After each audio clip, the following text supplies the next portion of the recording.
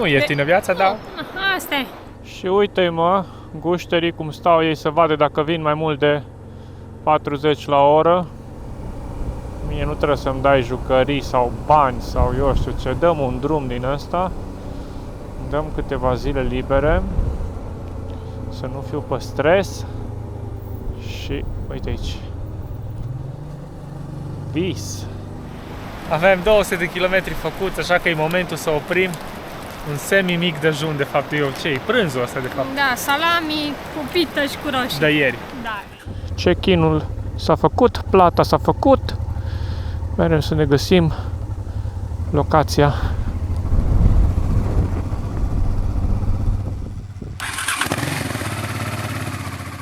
Bună dimineața, dragilor! Este ziua 2. Din tura noastră prin Austria, de fapt, zona Innsbruck, trebuie să ajungem astăzi. Exact. Am avut un mic dejun foarte fain și bogat. Chiar a fost foarte bun. Mai înainte am descoperit motorul, era frumos acoperit cu husă. O dormi și el bine, au zis. Da, suntem aici la IM Hotel ceva. Living Campus. Așa. În Leoben. Da, aici am plătit 75 de euro tot cu mic dejun. Da, a fost condiții ok. Da, mai e mult, dar... Cea mai ieftină din zonă, dar în același timp scump. Asta este Austria. Mai trebuie să ne răsfățăm și noi odată. Astăzi mergem la camping. Da, și mâine tot. Deci vă sta 2 nopți la camping și a treia zi, sigur, tot la camping. Dar sperăm, vedem. Mai multe detalii dezbatem pe traseu. Exact, haideți să mergem, că o să trecem prin niște zone superbe. Astăzi avem un traseu de aproximativ 320-330 de kilometri, cam 5 ore pe motor. Ieri, dacă ați văzut episodul anterior, am avut 12 ore ziua, 10 ore și ceva pe motor, 620 de kilometri. Hai că putem, haideți! Ora 9 dimineața cu 10 grade, nu-i foarte frig, nu-i foarte cald, dar e ok. Asta este Leoben, unde am fost cazați. Acum vedem și noi orășelul, ceva cochet, așa, între dealuri. Foarte frumoasă zona. A fost foarte confortabil la cazarea noastră. Am făcut așa o mică fiță, să zicem, că după ziua de ieri, atâția kilometri și atâtea ore, am preferat să stăm la cazare și să avem și micul dejun, pentru că azi fiind duminică, 28 aprilie, la ei duminica cam toate sunt închise și nu prea e unde să mânci. Așa că avem stomacul plin, avem de ieri ceva salam cu pituțe, mai avem o banană, suc. O să fim ok astăzi până la camping, unde sperăm să putem iară mânca ceva. Oricum avem paste, avem supă. Aici facem stânga, era să o ratezi.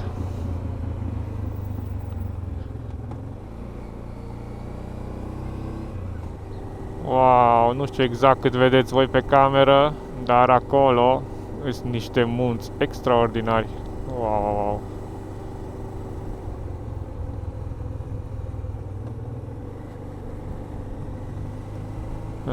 Spre ei ne îndreptăm, deci o să-i vedem și mai de aproape. Uite, oamenii de dimineață fac sport, aleargă, fac mișcare. Ce liniștite sunt toate zonele astea acum aici dimineața. O plăcere să te plimbi.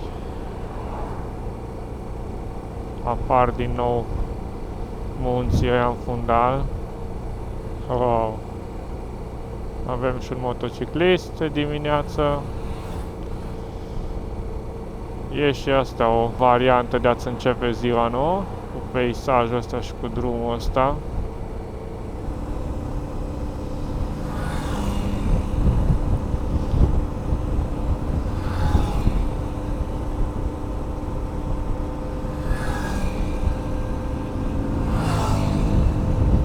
Noi ne plimbăm cu 70, știu că e drumul pe aici cu 100, dar așa am plecat de dimineață, deja am 50 de kilometri făcuți în ritmul ăsta, nu vreau să merg mai tare, că după aia mi-e foarte greu să mă mai duc încet. Asta așa ca un pont, dacă vrei să mergi cu o anumită viteză într-o zi, nu știu, să nu treci de 80 la oră, efectiv nu treci de viteza aia. Dacă odată ai dat 100, 120, e foarte greu după aia să mai poți să mergi după aia cu 70-80 la oră. Dar având în vedere că mergi constant și nu treci de viteza aia, ți se pare perfect normal.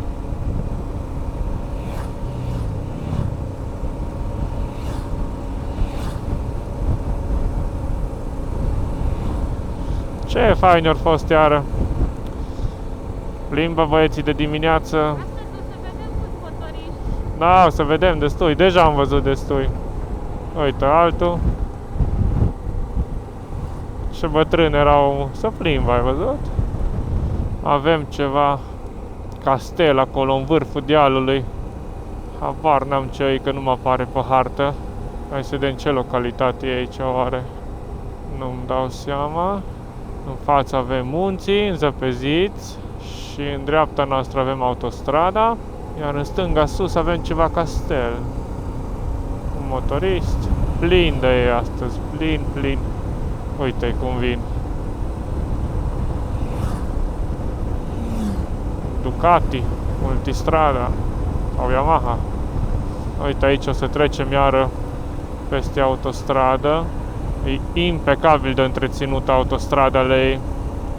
Tot asfaltul pare nouț. Nu se vede acum mare lucru de aici, din păcate. Dar puteți să mă credeți pe cuvânt. Wow, uitați-vă și voi. Vedeți? Eu pentru asta ies la plimbare în țările astea, gen Austria, nu știu, Italia, Elveția. Da, e scumpă cazarea, e scumpă mâncarea. Da, plăcerea asta, nu știu cu ce o poți egala.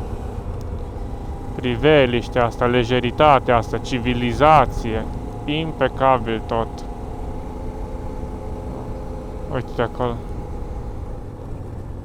Uite ce fain să stai într-un orășel din ăsta. Priveliștea asta. Uite, mai ai și o mașinuță din asta vintage. Uite, alta vintage. Ai duminică, le-au scos lumea la plimbare. E fain, mă, e fain. Ahaha.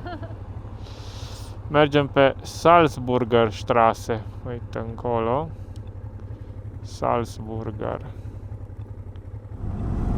Da, bun, dar ce avem noi aici în dreapta noastră? Muntele ăsta gigant. Wow, cât e de fain. Ce peisaj interesant.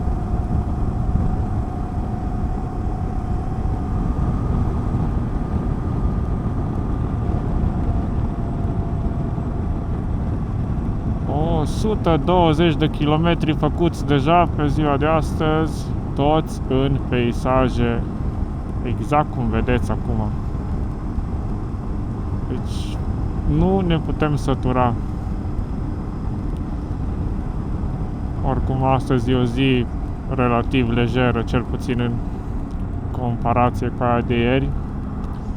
Mai 210 km, 3 ore jumate. Că tot cu pauze o fi clar 4 ore și ceva. Problema e că încă nu ne-am oprit în 120 de kilometri. Deja simt un pic bucile amorțite, cum nu fac mișcare. O să găsim un loc și ne oprim. Uite aici cât e de fain.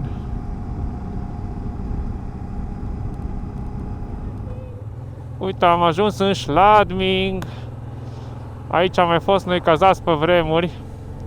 Este un hotel super fain acolo sus, în dreapta noastră. Cred că Hotel Alpin se numește. Și de obicei cazările sunt vreo 80-120 de euro. Dar noi am găsit cu 36 de euro odată și am fost acolo cazați. Uai, cât de frumos a fost.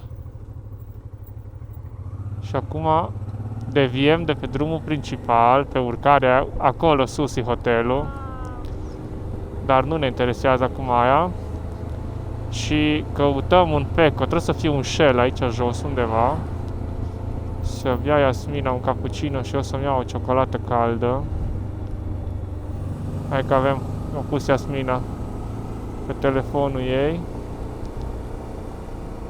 Deci cât e de frumos Schladmingul ăsta.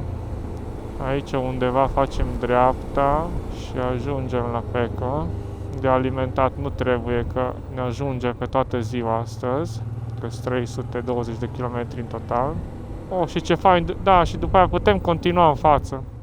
Hai să mergem în capăt acolo unde avem loc de parcare.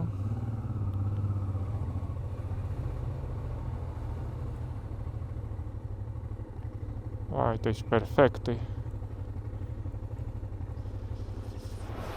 Dragilor, ne-am oprit în Schladming să bem o cafea și o ciocolată caldă.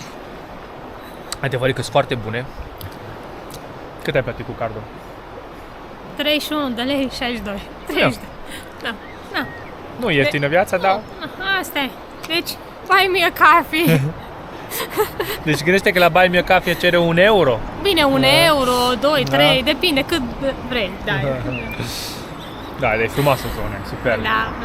Și după 120 de kilometri de stat pe cur, merităm și noi. Și plus de asta nu venim în fiecare zi, adică trebuie să te mai și răsfeți în viață, nu numai să... Și uite-i mă, gușterii cum stau ei să vadă dacă vin mai mult de 40 la oră. Da, nu am. Alo. N-ai văzut, mă?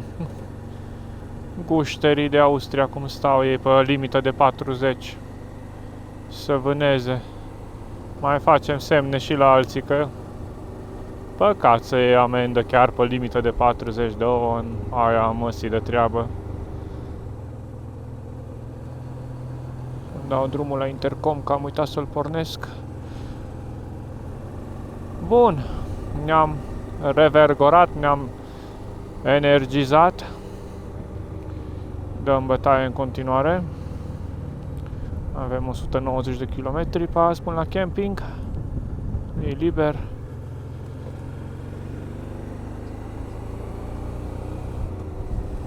Suntem pe drumul 99. Ceva vale din asta interesantă, toată curbată, virajată. N-am filmat nimic până acum, dar plin de motocicliști. Este un fel de circuit public. Îi dau ăștia pe aici. Foarte frumos. Uite, avem trenul în dreapta. Avem valea chiar aici jos unde curge apa. Mergem cu a 3-a, cu a 4-a, 50, 60, 70 la oră. Atât de fain.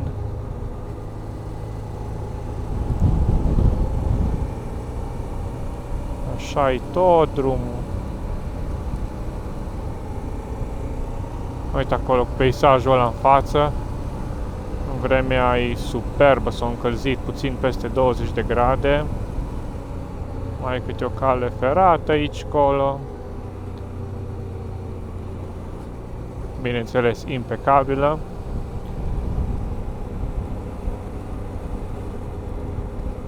Wow!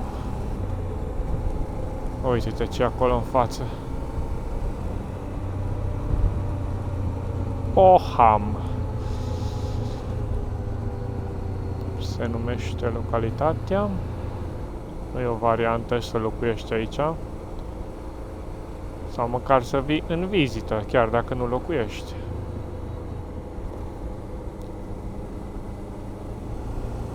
Am început urcările pe drumul 164. Tot așa un drum micuț, super virajat, pe care, cel puțin așa împachetați ca noi, nu prea vine să merg mai tare de 60-70 la oră. Tai de interesant.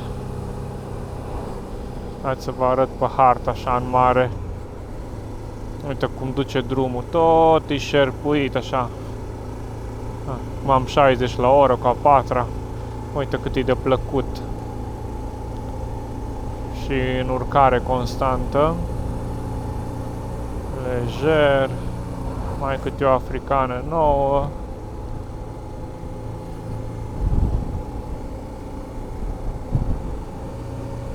Uite aici, ce poți să-ți dorești mai mult? Fericire pură. Mie nu trebuie să-mi dai jucării sau bani sau eu știu ce. Dăm un drum din ăsta. Dăm câteva zile libere. Să nu fiu pe stres. Și uite aici. Vis.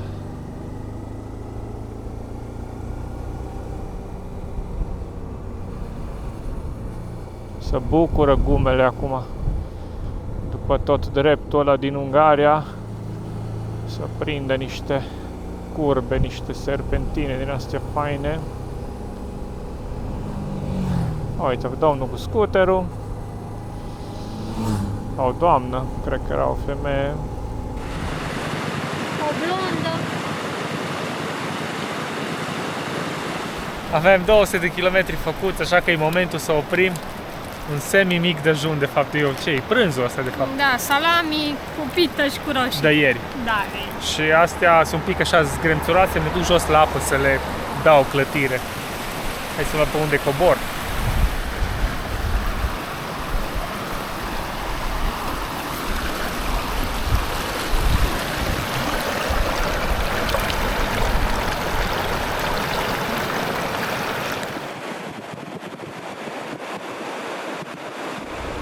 Avem bateriile încărcate acum la stomac, cum ar veni.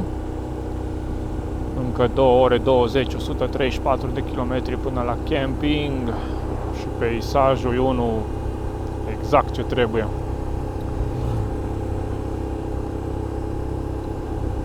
Hai să vedem ce ne apare aici după colț. Uite acolo.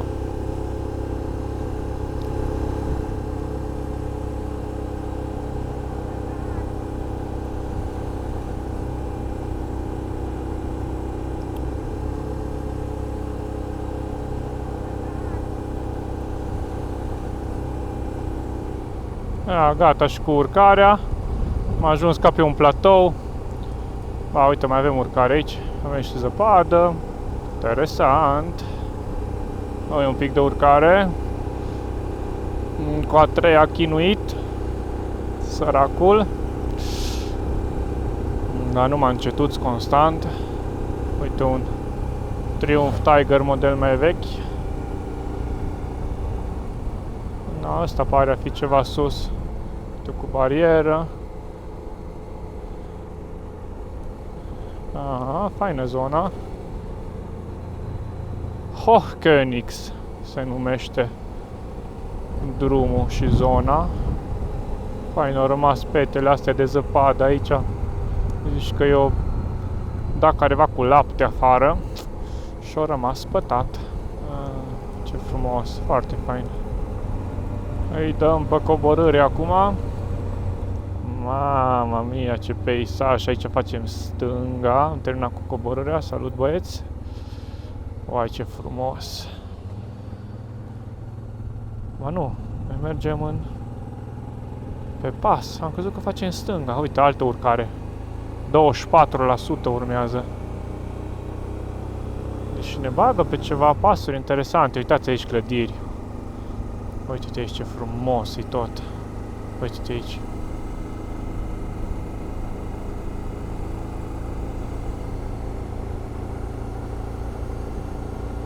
Amazing Austria, cum s-ar zice. Și uite pe unde ne bagă. Uite-te cât e de fain. Trecem ceva apă. Ia. Undeva în Tirol. Da, ceva, Jonan în Tirol, ceva. Hai să vedem, dreapta liber, stânga liber.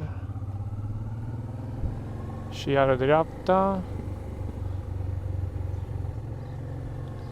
Oricum, chiar interesantă experiență. Mai avem 70 de kilometri până la camping, dar vrem să oprim undeva să mai bem o gură de apă.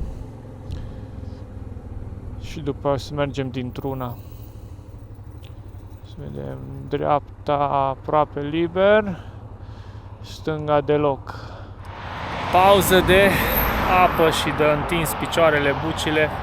Că simte oboseala de ziua de ieri, de fapt. Azi mai avem vreo oră și un sfert să ajungem la camping, dar e somn, se resimte. Oricum e fain, deci drumurile astea sunt nebunie de faine. Ne vedem curând pe drum și mai un pic și ajungem și la camping. I-am astupat gura. Am ajuns în Schwaz, adică la 8 km de campingul nostru, care e foarte aproape de Innsbruck. și Schwarz e localitatea preferată a Iasminei pentru că ascultă acasă Radio Schwarz. E un radio interesant din punctul ei de vedere. Și uite, acum îl străbatem. Deja este ora 3:20 aici, 22 de grade. Am făcut peste 320 de kilometri, o să avem 330 până ajungem la camping.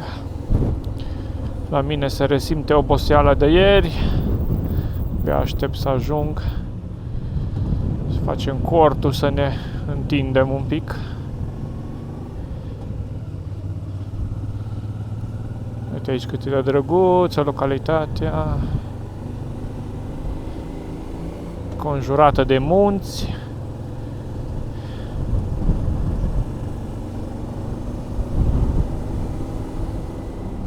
Aici facem stânga.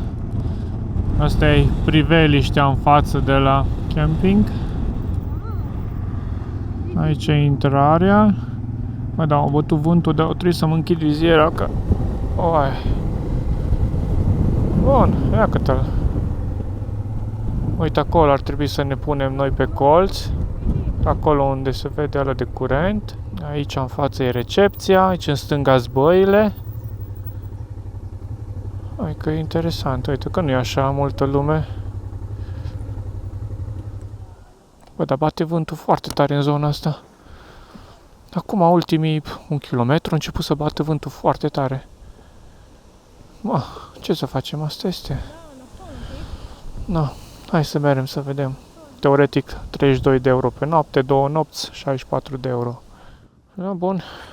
Check-in-ul s-a făcut, plata s-a făcut. Mergem să ne găsim locația.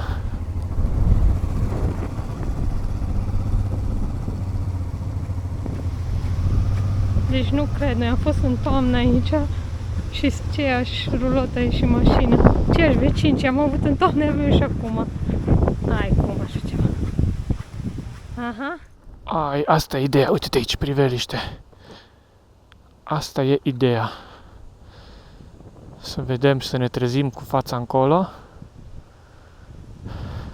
Cortul o să fie pus aici, undeva. Parcă-i vânt. De aici avem curent. Și asta e priveliștea. Perfect. Nu bine, na hai, da la treabă.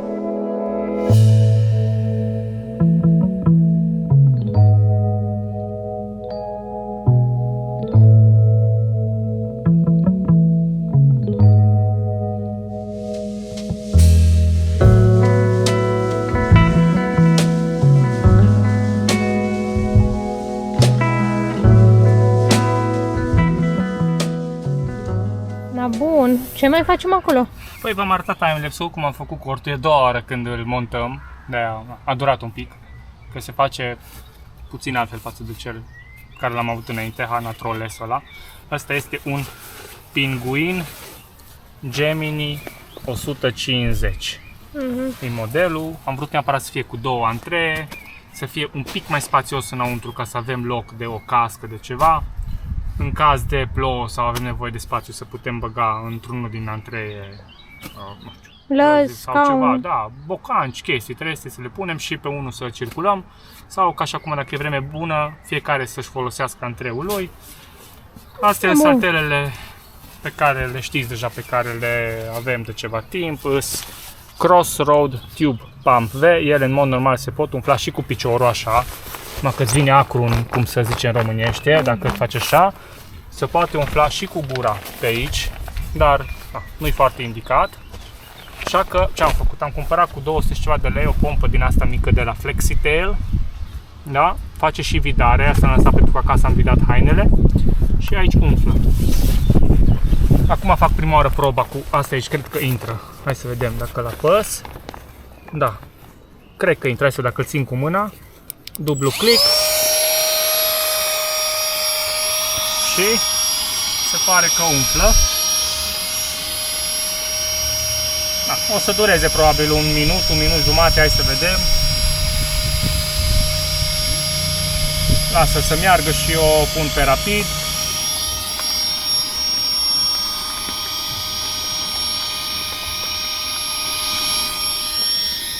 trage-l un pic spre tine, te rog să aibă loc aerul să circule, să nu facă cute.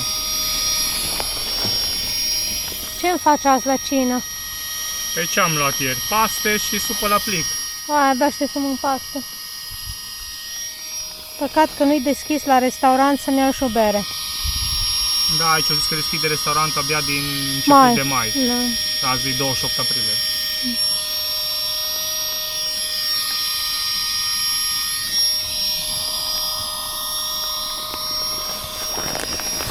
Nu.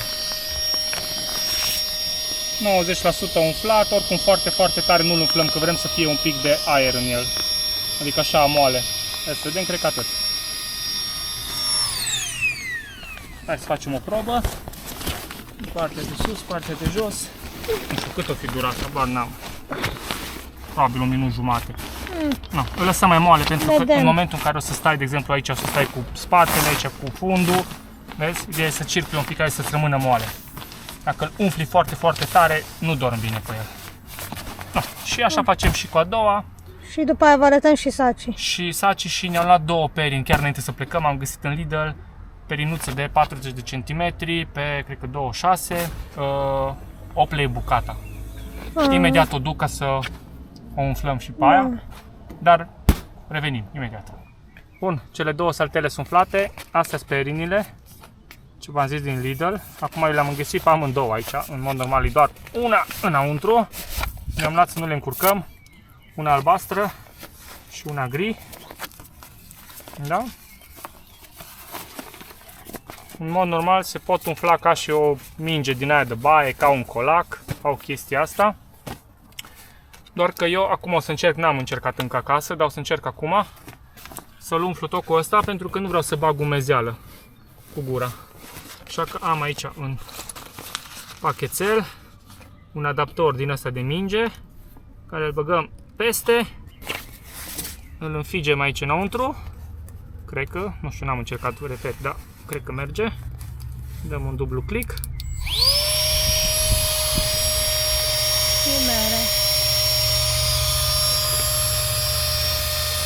La fel ca și la saltea, nu o să o umflu foarte, foarte tare, că vreau să-mi rămână moale.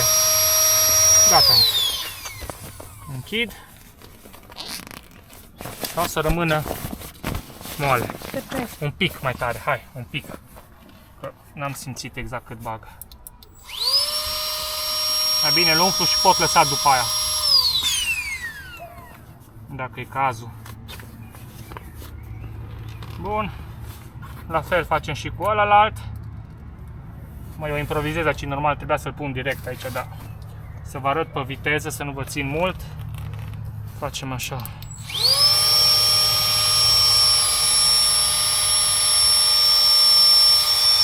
Una, două se umflă, decât să dai la gură.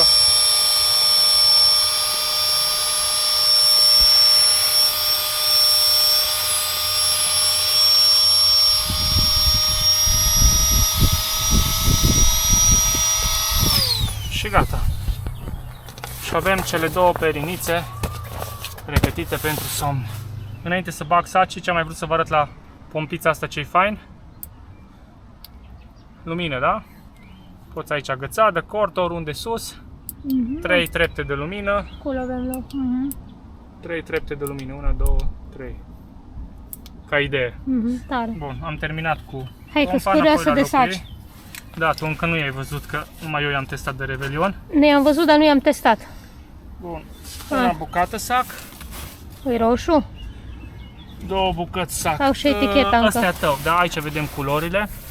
Da, roșu. Mov, roșu, gri, negru, verde, gri, da, cele două. Specificații. Este un trim, balance. Hai să citesc că nu mai știu. 1,55 kg. Minus 2 e confort, minus 8 e limita și extrem, adică chiar cât să nu mori, minus 25. Da, nu o să ajungem în cazul. Teoretic sunt un pic cam mari pentru ce avem nevoie, să zic așa, și sunt un pic prea buni. Doar că eu am mers pe premisa că o să iau pentru tura de Norvegia, de aia și facem acum aceste teste. Noi mai avem acasă sacii de la Husky, care sunt un pic mai lejer decât ăștia și un pic mai ușori.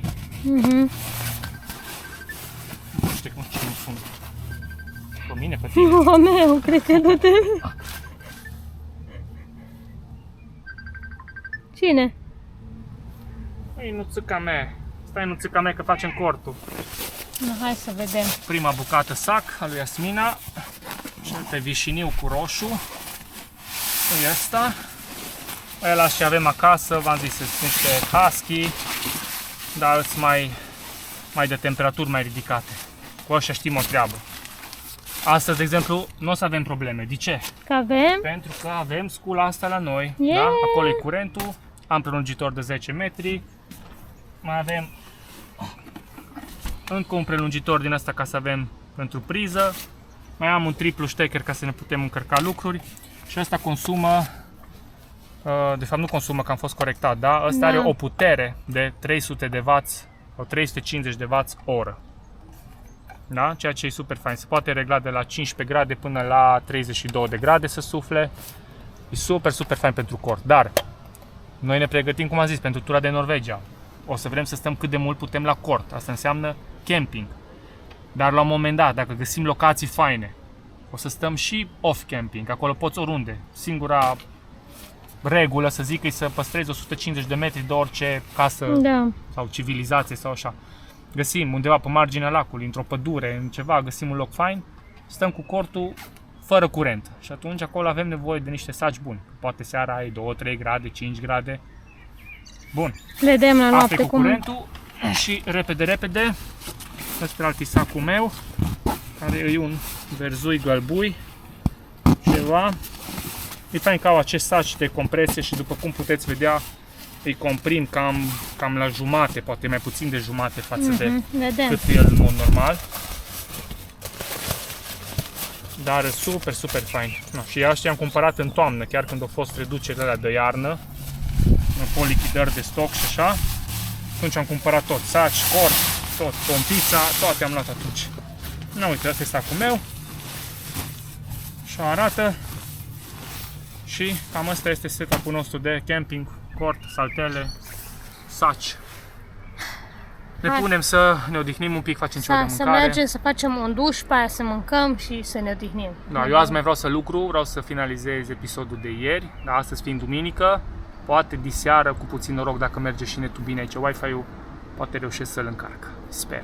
Vedem. Dar ne mai auzim pe aici prin camping. Da, da.